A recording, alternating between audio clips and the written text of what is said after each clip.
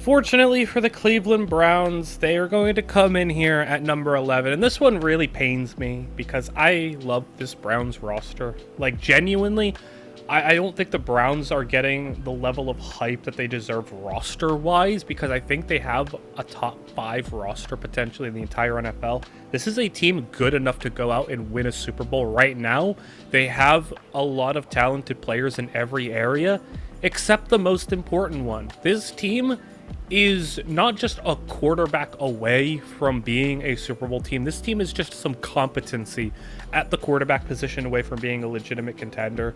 Deshaun Watson, that move and everything has completely ruined this team's Super Bowl window. And while I look at this and say this is one of the most talented rosters in the league and likely a playoff team, but as long as Deshaun Watson is this team's quarterback and playing like how he's played so far in Cleveland, it's hard for me to believe that this team can get all the way to a Super Bowl, and it's hard for me to believe that despite this talented roster, they can overcome the incompetency at the quarterback position. This one stinks, man. The Cleveland Browns are going to be my 11th ranked team in the league, and it just sucks that they have Deshaun Watson at quarterback. So starting with the coaching staff, this is going to be a relatively strong unit because you have, despite the questionable hire, I think, in Ken Dorsey. I don't really know why you're hiring Ken Dorsey to be the offensive coordinator, but I mean, obviously we're looking at Kevin Stefanski as the guy primarily running the offense, and I think Stefanski has established himself as a pretty solid head coach in the league. I don't think he's that guy who's going to elevate his team to great heights, and I think that's going to be ultimately what keeps him out of that upper echelon of offensive coaches in the league. But I have him coming into the NFL this season as the 15th ranked coach in the league, a perfectly solid head coach that you could definitely win with, and he is not going to be, a detriment to this team. He just won't greatly elevate them. He'll let them do their thing. But where they do get a great bit of elevation is Jim Schwartz on the defensive side of the football, who is one of the best minds in the NFL, a defensive coordinator who it's been nice to see that he has been able to continually evolve and, allow his defenses to, one, have fun. Like, the Browns defense has a lot of fun, and two, just from an X's and O's standpoint, he has been able to evolve and get better as the times have gone on. He has been a defensive mind for a long time in the NFL, a former head coach, and he's been good in a lot of different places. He had a couple of nice years in Tennessee way long ago. He's put together, a good year or two in Philly. He's had his down years as well, and I think that's what's going to ultimately keep him from being like an A-plus defensive coordinator. He's had bad years before, but when we're grading him based off of what he did, not just last year, but we've seen him put together some of the best defenses in the NFL in multiple, eras of football. I mean, he was a defensive coordinator all the way back in 2001 for the Titans, was a head coach in Detroit, has been in Buffalo, Philadelphia. He's been everywhere. He's been everywhere for 20 years, and he's done a lot of great things. And the fact that he has been one of those defensive minds that can continue to evolve, and I think this is maybe one of the best iterations we've seen of Jim Schwartz. I mean, the defense is just having fun. The defense is just going out there. They look more comfortable than they've ever looked, under a Jim Schwartz-led defense. They just look like they're not only just having fun, but they're producing. They have talent. They have everything you want. And this is a defense that plays with maybe the best confidence in the NFL. So Jim Schwartz does a lot for this team, and he does a lot for this defense, and he's a big reason why the grading of this team is going to be a top 10 coaching unit. Stefanski obviously does help out a little bit too, and I have him as a middle of the pack head coach. So as an offensive mind, being Kevin Stefanski being a middle of the pack guy, and then Jim Schwartz being a top 3 defensive coordinator currently, I think that does everything you need for what is a top 10 coaching unit in the league. Less said about Ken Dorsey, the better, but this is going to be Stefanski's offense still, and everything's still going to run through him. And as long as you have Jim Schwartz putting together a season like he had last year, this is going to once again be one of the best defenses in the NFL. So the coaching staff for this team is good enough to get you where you want to be, but unfortunately, as we kind of get into the roster portion, we have to start with the bad things. Man, this is just so annoying on so many levels. Like, this is legitimately a great roster that we're about to get into. And we got to start with the quarterback position, where Deshaun Watson is going to come in as my 29th QB in the league, and perhaps even that may be a bit generous. I'll just start by saying this. If this team had Baker Mayfield right now, who I ranked as my 19th quarterback in the league at a C+. Even if they just had Baker, I would bump this team up a couple of spots probably, and I would actually say that they're contenders. Like, legit, they can actually go far enough because Baker's good enough.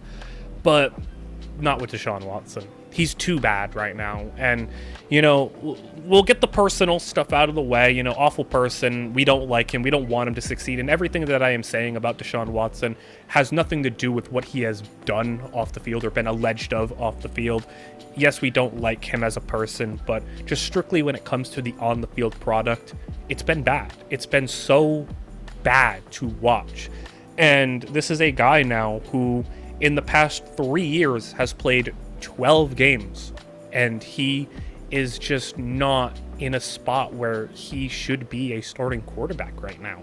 I mean, I get I have him as my top 32, but even then, that might be generous. And, some people still want to cling to that 2020 season. That 2020 season was a tad bit overrated because a lot of it was empty production in games where they were just getting kind of smacked around. And yeah, he was allowed to succeed, but, a lot of Deshaun Watson's regression obviously did come from the personal stuff, and also the fact that he took a year off of football, then served a half season suspension. Basically, I think it was maybe 10 game suspension, so a little over half the season. He came in the final 6 games of 2022 and looked rusty, and yeah, we expected that. I mean, it was a career low in completion percentage, yards per everything, and QBR. Every metric was bad last year, but they're like, okay, going into 2023, he has 6 games under his belt. He's got, an offseason under his belt. He's got everything he needs. He's got a good team. Let's go out there and do something. And the 6 games, he played 6 games once again for the Browns, and it was not much better. I mean, even if you just want to look at side-by-side box score statistics, he threw 170 passes in 2022, 171 in 2023. So essentially the same amount of production given out in terms of attempts and everything. His completion percentage was still worse than his rookie season. His yards were only 13 more, same touchdowns, 1 less pick. Overall, everything was about the same, and every other metric you can really look at doesn't really have anything favorable for Deshaun Watson. But here's the thing that is really interesting to me about this is I would understand a guy who is rusty, hadn't played in a year and a half, comes out into the field, struggles a bit, and we expected him to maybe try to readjust to the speed of the game. And that's not the issue, though. Like, yeah, he needs to readjust to the speed of the game. Yeah, he needs to process things a little bit quicker. Yeah, his feel is a little bit off. His timing's a little bit off. But that's not even the bulk of the issues with Deshaun Watson. His arm just looks shot. I don't get it. That's the part where I am most confused about, because there are so many times where I was watching Browns games last year. I'm like, man, what happened to the arm strength? I mean, he was never some rocket-armed quarterback coming out. He had a nice arm, but man, his arm genuinely looks like below average. His arm talent is just gone. And so you have the rustiness of the learning to get back to the speed of the game and trying to readjust and get some consistency. And he hasn't been able to form any consistency in the last 3 seasons because he's been in and out and suspended and injured and everything. But even when he was out there, his arm just looked old and dead, and it looked bad. His arm was bad. So there's that. His movement wasn't as good. Like, he was a pretty decent runner in Houston. Obviously, he had an injury in his rookie season that kind of, held him back a little bit. But even his running in Cleveland hasn't been all that great. Like, nothing about Watson's play has given you any indication that he is going to return to not just 2020 Deshaun Watson. You don't need 2020 Deshaun Watson, but can he be 2018, 2019 Deshaun Watson? I don't even know if he can be that at this point. Like, that's how bad we are talking when it comes to Watson. And it's just so frustrating. Like, this is an organization that if they would have just been patient and held on to Baker after his injured season that he put up bad tape in his final season at Cleveland, yes, but they gave up on him immediately and they jumped on Deshaun Watson for some reason. And if they would have just held on to Baker, they'd be fine right now. But they didn't. They paid Deshaun Watson an unbelievable amount of guaranteed money, which that in itself is ridiculous. How are you going to pay a guy who's got all these legal problems and rustiness for a guy who he sat out a year and is going to be facing an incoming suspension, because they had to know a suspension was coming. So you knew he wasn't going to have a full season in at least 2 years. And then year 3, in 2023 last year, he didn't get a full season again. How could you give a guy like that fully guaranteed money? How can you give a guy like that the contract that they gave him? How could you give this team over to Deshaun Watson and give up what you gave up for him? It's so bad, and they're stuck. They're stuck with him. Like, they're paying him like $60 million this year. They're stuck with him, and it's ridiculous. And I can appreciate that this team has gone out and tried to get other quarterbacks, because I think even part of them is, losing hope that Deshaun is going into his age 29 season this upcoming year. And it's hard to believe that he's going to ever return a high level of play again. But they went out, they got Jameis Winston, who's a nice backup quarterback, and I guess, in some areas can start if needed. They got Tyler Huntley, who the same, he's a nice backup and can start if he needs to. Dorian Thompson-Robinson, a guy I liked coming out of college, he's going to be back there for another season, and we'll see if he can take a step up. But looking at what's ahead of them for the next 3 seasons, Deshaun Watson will be making $63 million every single year, and you can't cut him. You can't get rid of him unless you want to incur an outrageous amount of dead cap. You are stuck with Deshaun Watson for at least another 2 years. And that doesn't mean he has to be the starter, but you are stuck with that money on the books for that long. It's just so bad. And it's crazy. This roster is so good, and they're paying a quarterback that's bad $63 million. Deshaun Watson right now is a bad quarterback. He is not good at all. There's nothing he does well at this point. And he is just a shell of what he was in Houston once upon a time. And that's what makes this frustrating, because I can look at every other area of this team and say, man, this is a good enough team to get to the Super Bowl. And if they just had an even okay quarterback, I would believe in them. They don't even have that. And last year, they had to rely on a whole bunch of guys that ultimately was Joe Flacco. And as long as Joe Flacco just came in and gave them decent QB play, which for a couple of weeks he did, they made it to the playoffs. And then Joe Flacco came back down to earth and threw a bunch of picks. And it was what it was. But it's frustrating, man. I don't know how other NFL fans are feeling. The Browns maybe deserve this for what they did, and, paying Deshaun Watson and giving him everything that they did. Maybe they deserve it, yes. But that doesn't mean I can't feel bad for the rest of the players on the team and some of the fans. Browns got some loyal fans, and the players on this team are legitimately good enough, and they are just being handicapped. And this is their Super Bowl window. This year, last year, next year, this is the window. This is the, windows, Super Bowl windows aren't big. You don't get many years. And right now they're wasting it on a guy who just can't play the position. So maybe he can prove me wrong. Maybe for some reason you still believe in Deshaun Watson, but I know none of us are rooting for him. Even some Browns fans are a little hesitant to root for him. None of us are expecting him to regain his level of play. None of us are wanting him to.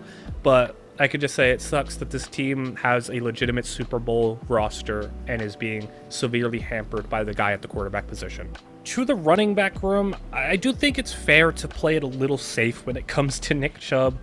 That injury he suffered last year was gruesome. I was watching that game, and it was just brutal. So if Nick Chubb hadn't gotten hurt and had continued his play from when we last seen him, he's a no doubt top 5 running back in the league. He is amazing. But going into this year, I'm going to knock him down to 8th. I don't want to knock him down too much, but I also can't rank him as high as I would have before the injury. Objectively, that injury is going to hurt him. And he's come back from an ACL injury before. He's come back from knee injuries before. I just need to see it. For Nick Chubb, this is a ranking where it's he could, earn his spot back in the top 5, or this just could be the start of the downfall of Nick Chubb. The injuries are going to start catching up to him. His age is going to catch up to him. And running backs, any given day, they could just fall off. And when you have a knee injury and an Achilles injury, one of those major injuries, it's going to be difficult to recover from that. So I have Nick Chubb coming in 8th for now, but it's a tentative 8 where it's man, he could fall all the way down to 15, 20. I don't know what we're getting from Nick Chubb this season, but I still believe in him. Still like him a lot. Overall, this backfield isn't going to rank out too high. Jerome Ford was the guy who kind of filled in last season, and I know his baseline stats are not going to look bad, but Jerome Ford wasn't that good last season. This was a guy who predicated a lot of big runs. I'm going to list off some of his games. 10 carries, 18 yards, 9 carries, 26 yards. This game against the Colts, 11 carries for 74 yards, but he had a 69-yard run. So he had 10 carries for 5 yards. He had 20 carries, 44 yards, 12 carries, 31 yards. Like, he had 4 yards a carry on the season, but a lot of his games that didn't look so bad, he'd rip off one really big run. So, you take out those big runs and you just kind of look at what he does in the majority of his carries, 2 yards, 3 yards. He's not averaging a good 4 yards a carry. It's a couple of big plays and then, mostly bad carries. So Jerome Ford is going to be the listed number 2 running back for now, and he's not the worst backup to have. I am maybe a bit more interested in D'Onta Foreman, who I think has been really effective in some spots when he has had to play. Foreman did also average about 4 yards a carry last season, but he has played good football in the past. And, he is 28 years old, yes, but this is a guy who in Carolina, sneakily under the radar in 2022 had 900 yards. And, in the season before that for Tennessee, 500 yards, 4.3 a carry, 4.5 a carry. Wasn't that good in Chicago last year, but Chicago was going through a whole host of problems with the running game. And, he had some struggles there. He kind of fell into the struggles that the entire backfield was having. So I'm more interested if Nick Chubb does maybe get banged up or does have to go out due to injury or something. I think D'Onta Foreman could be the better back for this team. And, and then you got Nyheim Hines, who since being traded from Indy hasn't really done much in Buffalo. Then, kind of gets cut, moves on. He's a decent receiving back. He's had some nice seasons for Indianapolis as a third down guy. It's a nice skill set to have, someone who can catch the football, but ultimately he's not going to see many carries, I would imagine. Thankfully as well, this team didn't bring back Kareem Hunt, who was completely washed last year as well. So this is going to be a backfield that highly depends on what Nick Chubb is at this point in his career and what he can be coming off a significant injury. If Nick Chubb, though, if he goes out or he's not the same guy, he's still at least, you'd think, going to be a capable starting running back. He just would fall out of the top 10 or 15 guys. But I would imagine he's still going to be pretty solid. And then Jerome Ford, much better as a backup, should not be getting 200 carries like he did last year. And worst case scenario, I do think this team may lean more on D'Onta Foreman as the number 2 running back, who I'd have a lot more interest in over Jerome Ford as the backup. So this is a run game that, as long as you have a decent back, the offensive line's good enough to help you out. But Jerome Ford was very poor last season, and I think Foreman can be a lot better if they need a backup to step in. This is a group of weapons, though, that I really do like a lot. I'm not a big fan of the contract that they gave out to Jerry Jeudy, but bringing in a guy like Jerry Jeudy, contract aside, I do think is a nice pickup for the Browns, because you're going and pairing him with Amari Cooper. It's going to be one of the best route running duos in the league in terms of guys who can create separation. It's going to be hard to stick with Jeudy and Amari Cooper. Now, Jeudy hasn't really, lived up to the potential we had hoped he could coming out of Alabama. A lot of people, would have expected him to emerge as like a number 1 receiver by now. He's not had an 1,000-yard season. He's not even been all that great of a number 2 at this point. I think the situation he's going into, though, he'll start to turn into a quality number 2. And, I still like aspects of what Jerry Jeudy will bring. He still is a great route runner, and he still is a good separator. I do think he's still got more to prove as an overall complete player, but as a number 2 receiver, I think he'll be perfectly solid. I'm also a guy who really likes Elijah Moore, and especially now as a number 3. Elijah Moore is somebody that can really thrive. He had 600 yards last season, but he's a guy who you can, hand the football off to, screens, dump off, short. He can do a lot there. So you got Amari Cooper, who's your true number 1, and Amari Cooper is still a quality number 1 at this point in his career. You have Jerry Jeudy being a solid number 2. Elijah Moore, I think, could be an effective number 3. And then I really love it. You got to keep an eye on Jamari Thrash, who they got in the draft. This backup receiving room has guys like Cedric Tillman, David Bell, who's, contributed a couple of, big catches here and there. But I think Jamari Thrash is going to be the guy who emerges as the number 4 receiver. There was some injury troubles last season with Elijah Moore, and many were questioning what his future looks like. And if anything goes wrong with Elijah Moore there, I think you can get a guy like Jamari Thrash to step into the role and play it very effectively. And then, like I said, you got Cedric Tillman, who didn't see the field a crazy amount last year, a 3rd-round pick who had 21 grabs as a rookie. We'll see what he can develop into and if he can take another step up this season and, get on the field more. But this is a group that has a lot of weapons and a lot of players that you at least can count on in certain areas. Like I said, Amari Cooper's still really effective. And you would have to believe between Tillman, Bell, Thrash, and anybody else that there's going to be a good number 4 receiver in here. My bet is on Jamari Thrash, but if Cedric Tillman is your number 5, I think you'd be pretty happy with that. And, you're just hoping Elijah Moore can continue to play. And that's strictly just the wide receivers. I think the real guy on this team that's a huge difference maker is David Njoku, who was spectacular last season. I know it took a little while for him, being a former 1st-round pick, to really have like a big season. But man, he had it last year. He had a massive season. He had over 800 yards and 6 touchdowns and was really the go-to guy at certain points of the season. And he was just spectacular. He had dealt with, injury problems in 2019, had been kind of lackluster in 2020 and 2021, was decent in 2022, but he really just had his big breakout season. Yeah, it took until year 7, but right now we're looking at one of the better tight ends in the NFL. I have him pretty comfortably into my top 10 as my 7th tight end in the league. He's going to be a big piece of this offense, and I think when you look at everything that they have to offer in the receiving and tight end room, while, yes, the running back isn't going to be a great contribution in the receiving game, maybe if Nyheim Hines gets on the field a bit, maybe you get more pass-catching production there, but just in terms of wide receivers and tight ends, this is going to be the 10th-ranked group in the league because you have a true number 1. I think you have a true number 2. I think you have a true number 3. You have good depth. And you have David Njoku, who's a real weapon at tight end. So this isn't some superstar, star-studded weaponry group that you're going to be talking about among the best in the league, but I think it's still really strong.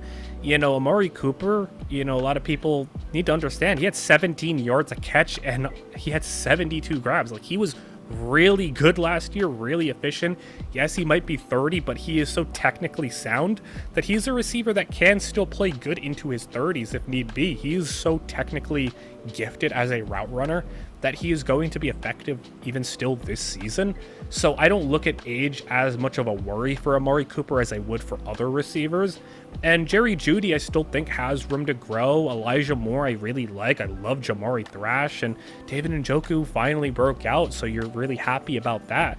So I don't have any concerns about this weaponry group, and as long as the quarterback can get these guys the ball, you should be pretty happy with every contribution you're getting from your top 4 to 5 pass catchers potentially. Now we can talk about the highlight of this offense, and it's been the highlight of this offense for many years now. It is this offensive line. Cleveland every single year has among the best lines in the league, and this year is no different. They're going to be coming in as my 5th rated offensive line in the league, a truly elite line, and a line that has no glaring weaknesses.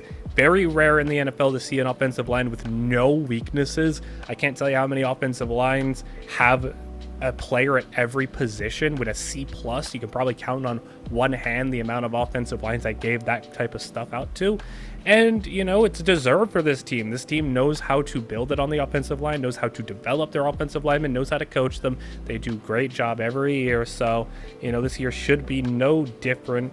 We start with the tackles here, Jedrick Wills and Jack Conklin. Neither player is an elite or top tier type of guy, but they're both very adequate tackles and will definitely hold up very well. I have them, ranked in the top 35 each. So they're both very quality players, and neither one of them is going to be a complete liability for you, but they're not superstar level players. Jack Conklin past his prime by this point, and Jedrick Wills just a very solid player who's had some really nice years years so far, but Conklin at 29 years old, going to be turning 30 in about a month. He is going to be still pretty effective for this team. The real highlight, though, is this interior where, I think them and the Cowboys, you could argue between who has the best guard duo in the league, whether you think it's Zach Martin and Tyler Smith, or you think it's Wyatt Teller and Joel Bitonio. Bitonio I have coming in as a top 3 guard in the NFL. He is a true elite player at the guard position, and he's been so for a large portion of his career. A lot of these Browns offensive linemen are just so good, but Bitonio's been maybe the best one that they've had over these past couple of seasons.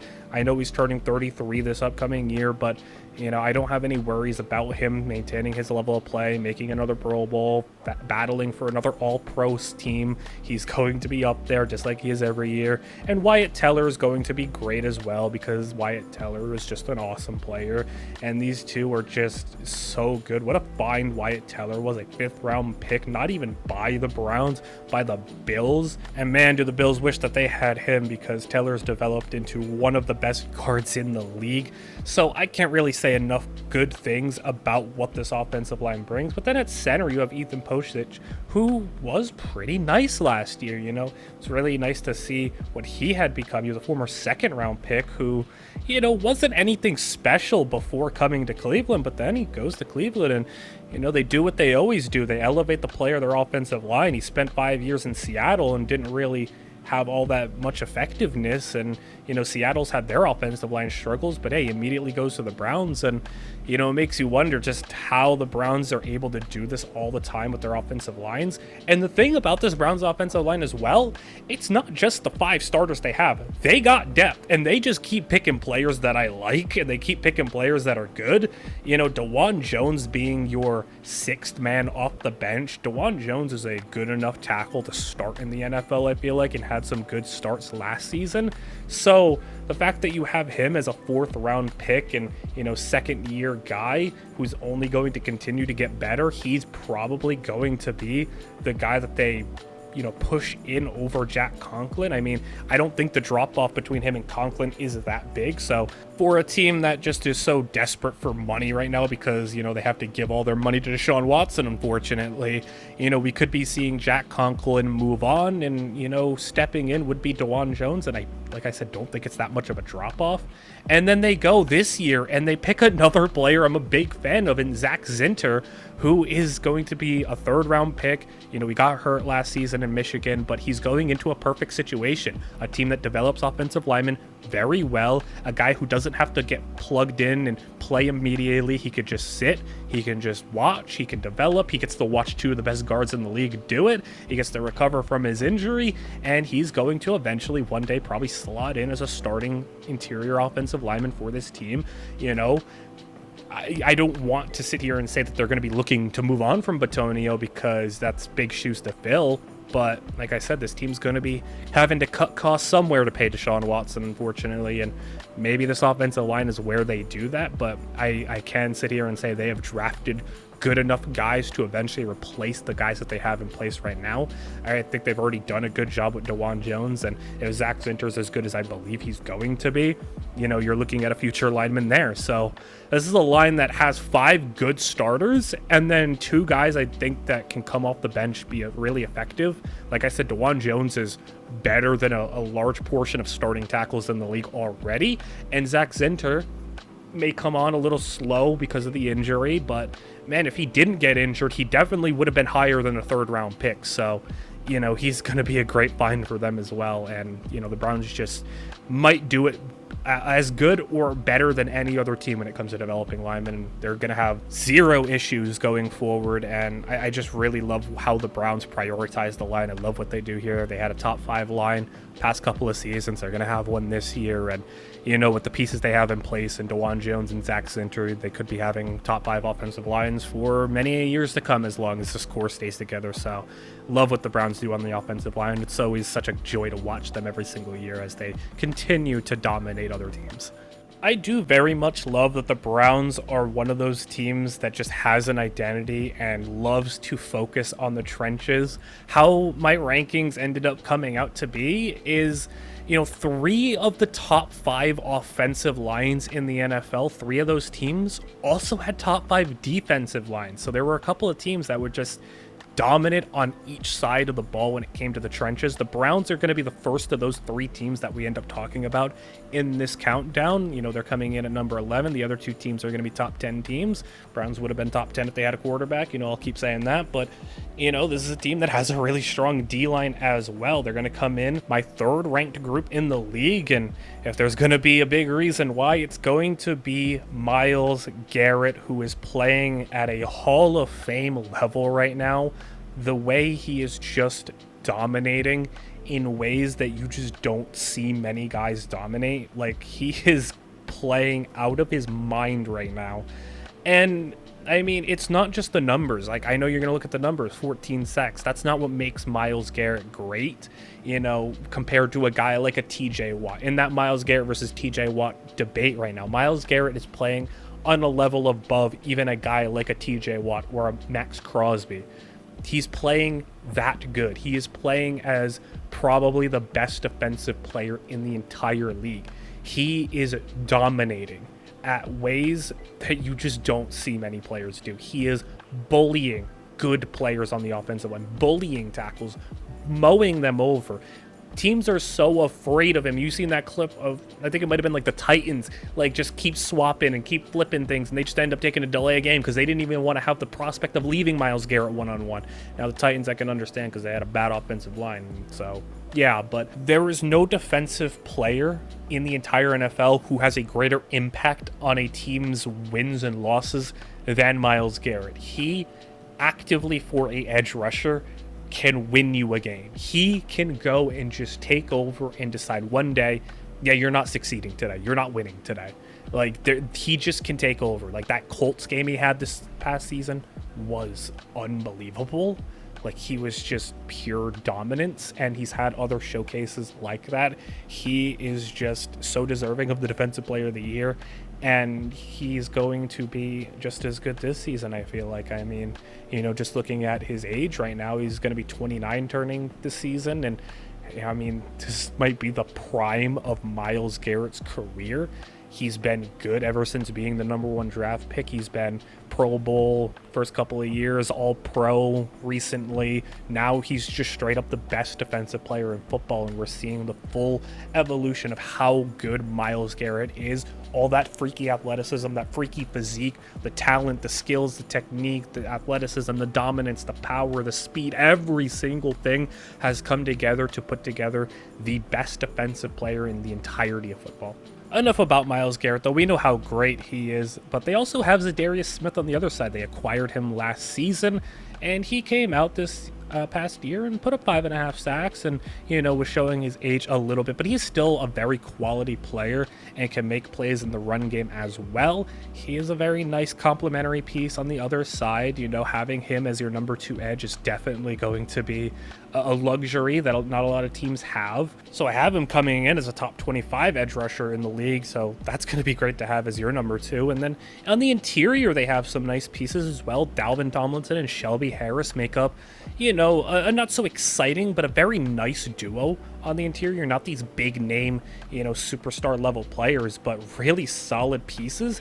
And I also do want to talk about a certain other player that they picked up in the draft, and that is Michael Hall. Michael Hall was a player that I was a massive fan of, and I thought was just kind of miscast at Ohio State, but he was kind of a hybrid type of player, too big to be on the edge, too small to be on the interior. They didn't really know what to do with him, but he was a guy that, over the offseason bulked up quite a bit. He's now up to 300 pounds. The Browns took him in the second round. He's 21 years old, just turned 21 in the past month, and he is going to, I think, eventually be their guy on the interior. I'm a big believer and a big fan of Michael Hall, so I know this season he's probably going to be more likely their number 3 at best, but hey, watch out for Michael Hall when he gets onto the field. I know it's just a second round pick, and he's also going to have to try to take away snaps from a guy like Quentin Jefferson last season, who he had 6 sacks last year, and was pretty nice for the Jets. But the interior is very, very nice for this team. And they have a number of pieces. Yeah, no superstars on the interior, but you got 2 very quality starters. You got Quentin Jefferson, who is productive, and Michael Hall, man, I'm a really big fan of his. And that's all of that with Zadarius Smith. And that's just before we mention someone like Myles Garrett. So many players on this defensive line.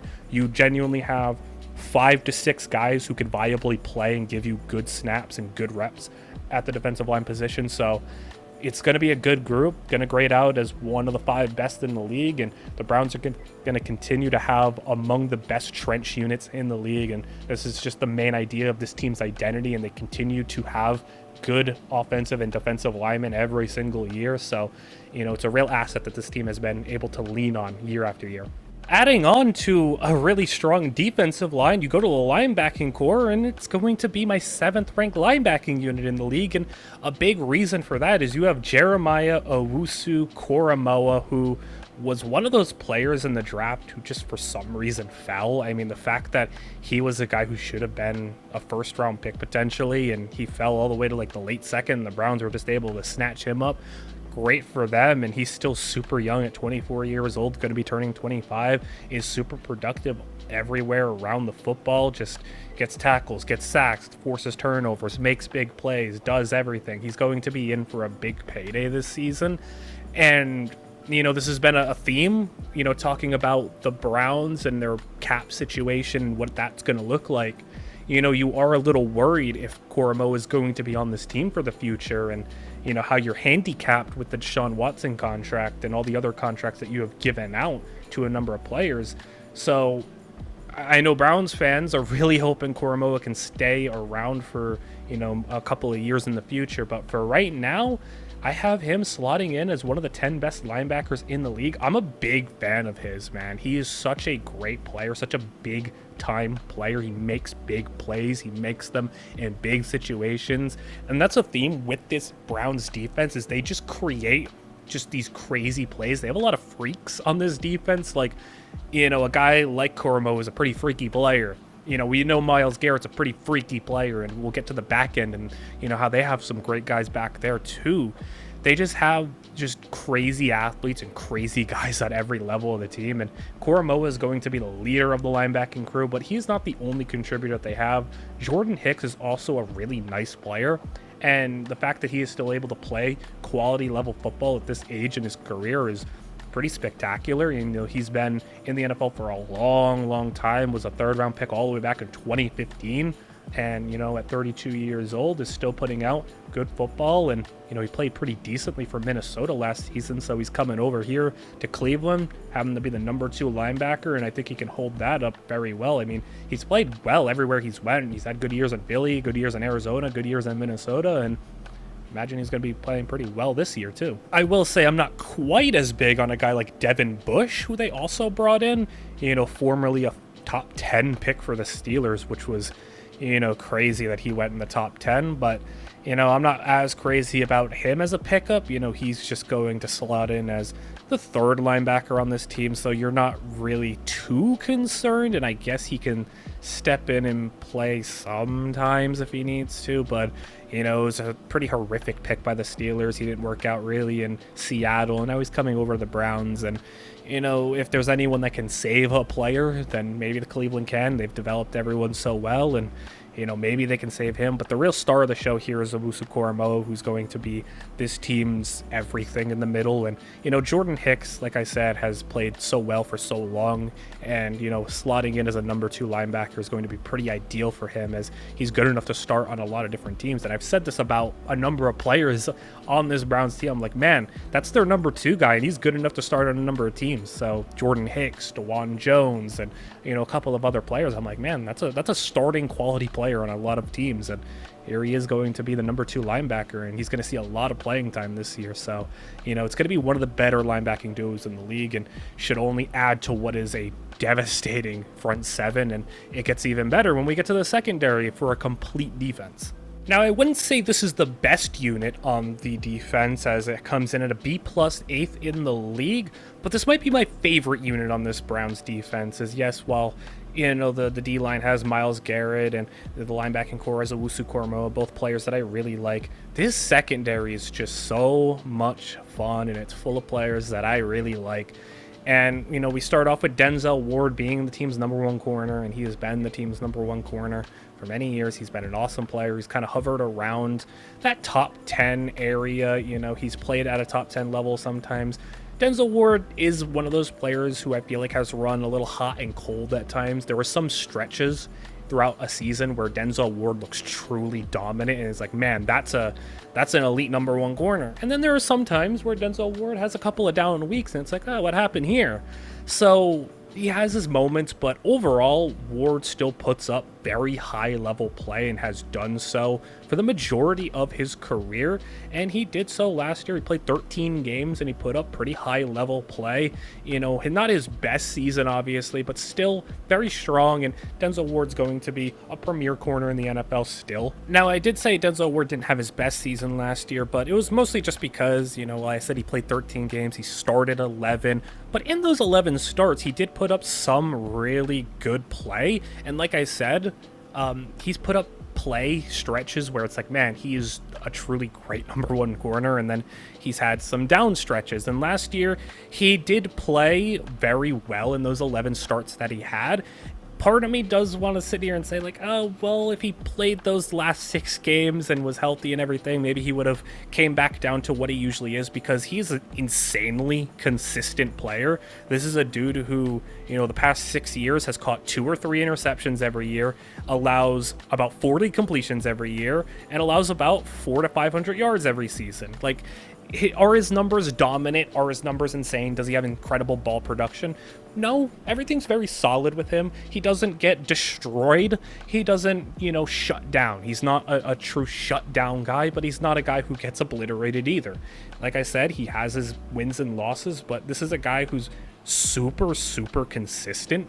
And last season, he did have some of his better numbers in terms of what he allowed, but like I said, it remains to be seen if he would have actually maintained that level of play throughout the entire season, or that was just one of his strong stretches and he didn't get to play, the rest of the season, and he would have eventually came back down to what he usually is. But he's a hyper consistent player. You know exactly what you're getting with Denzel Ward. The consistency, I guess, for the entirety of the season, you know what you're getting.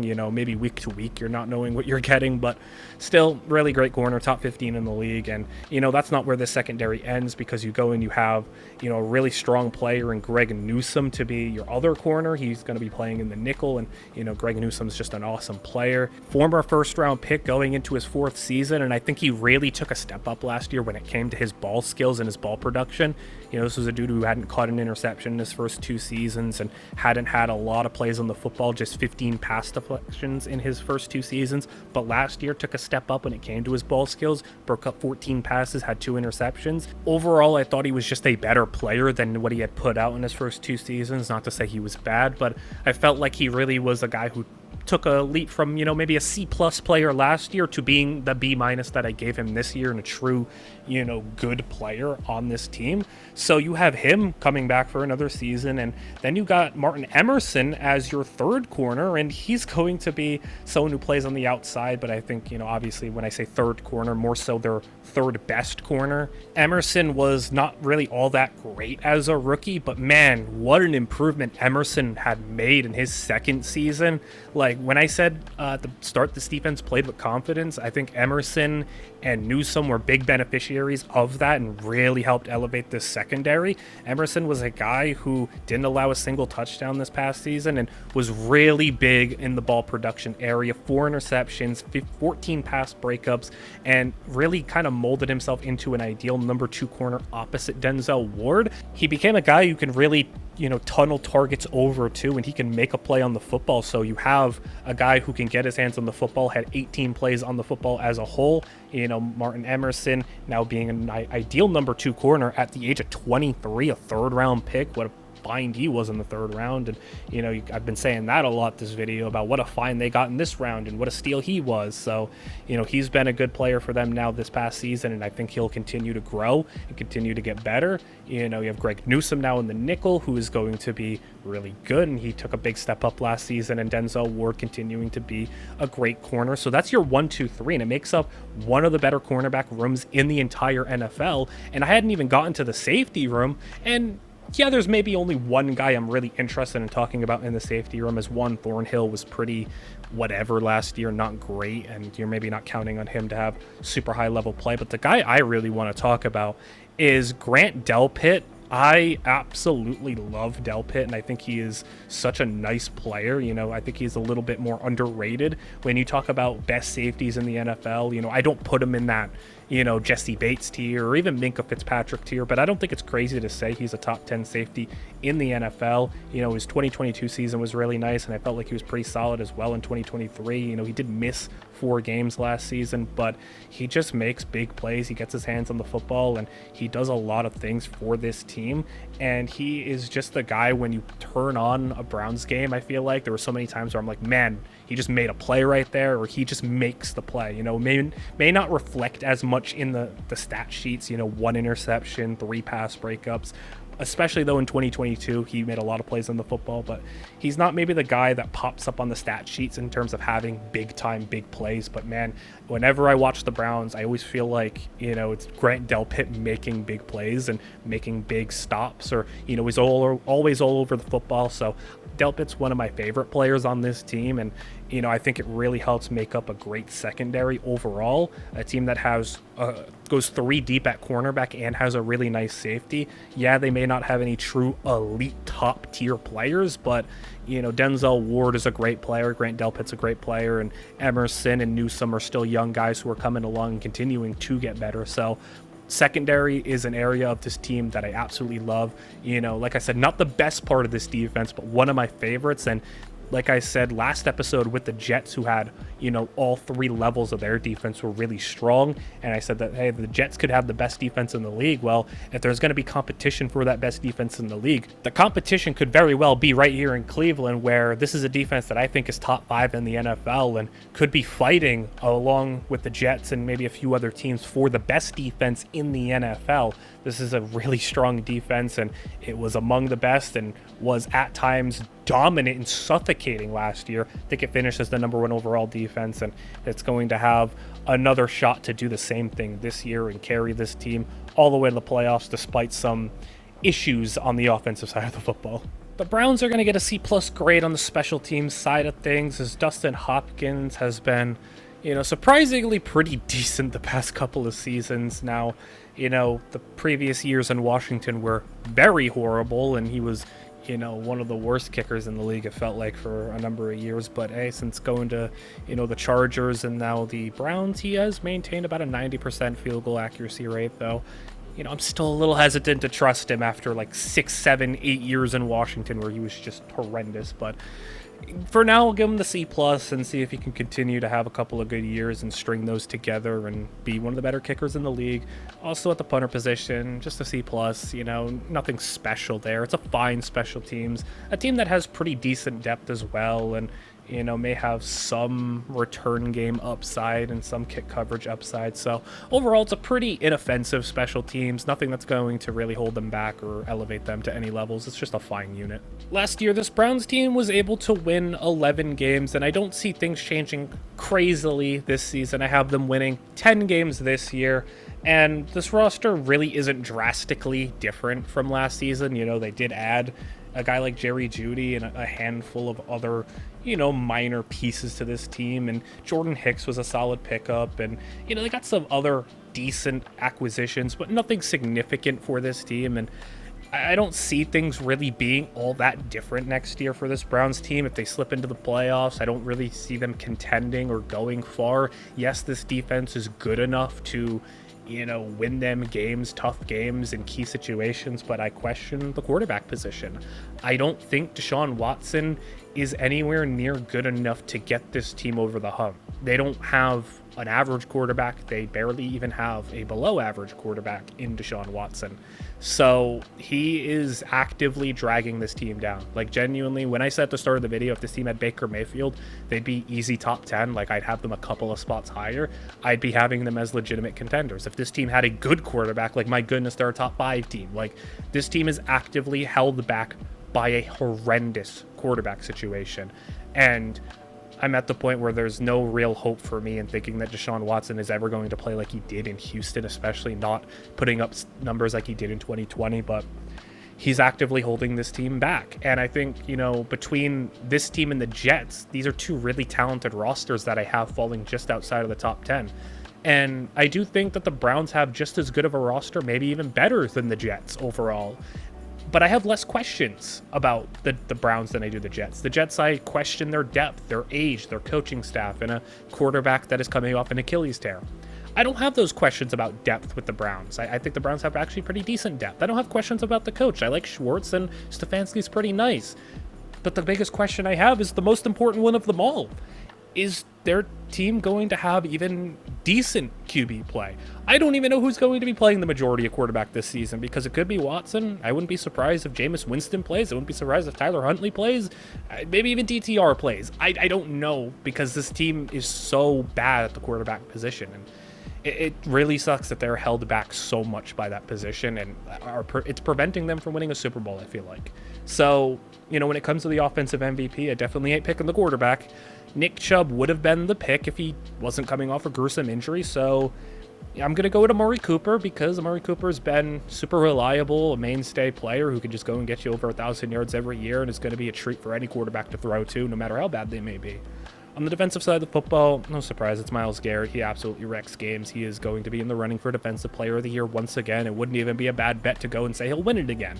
This isn't exactly a young team on the offensive side of the football, so, when it came to offensive breakouts, I didn't really have a whole lot of options, but, if I'm actually going to say one, I think Jerry Jeudy can take a step up this season. I think he's in a situation that can really benefit him, getting to play opposite of a guy like Amari Cooper, and he's going to be able to have a lot of space. I feel like this is a team that can threaten you with the offensive line and the running attack, so there's going to be more opportunities in the passing game, and, as long as the quarterbacks can get him the football, I think he's going to be able to have a very nice season this year, and maybe he does jump up to like that B- level.